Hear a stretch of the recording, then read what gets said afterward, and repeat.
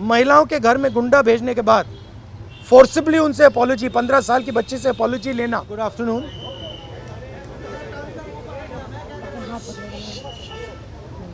जो हमारे young protesters हैं उनसे, भैया प्लीज़ शांत हो जाइए, डिस्टर्ब मत कीजिए। जो हमारे यंग प्रोटेस्टर्स हैं अलग अलग स्टेट से, उनसे मेरी अभी मीटिंग हुई थी, डिस्कशन हुआ था, फ्रैंक डिस्कशन। सबसे पहले मैं इनके जैसे जो हज़ारों यंगस्टर्स हैं इनका और उनका धन्यवाद करना चाहता हूं कि ये कॉन्स्टिट्यूशन के लिए लड़े, एजुकेशन सिस्टम के लिए लड़े और इंडिया के फ्यूचर के लिए लड़े।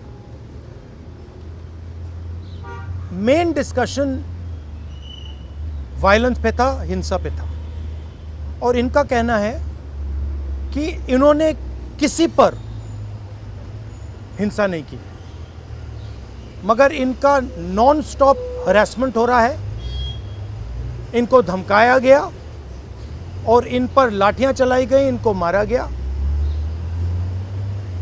तो मैं चाहूँगा कि दो शब्द ये भी बोलें।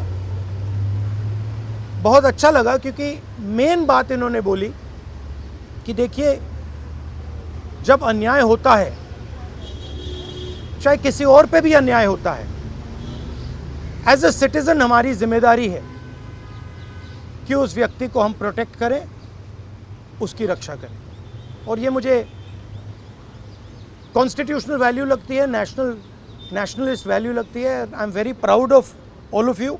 I am very proud of every single young person who has done this. You have done nothing wrong, and the question of accepting your apology does not arise. You do not have to apologize to anybody. You have not done anything wrong. We had a freewheeling conversation with some of the young protesters. They mentioned to me how they were assaulted, beaten, threatened. I'm very proud of them. I'm very proud of what they have done, what thousands of young Indians like them have done. They have defended the Constitution. They have protected the idea of India. They have protected India's future.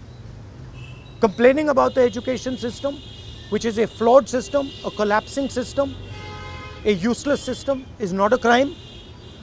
If anything, the system needs to be changed. It needs to be corrected. And that is all they were asking for. They were not doing violence, they were not being aggressive, they were not being nasty. They were beaten, they were assaulted, they are threatened.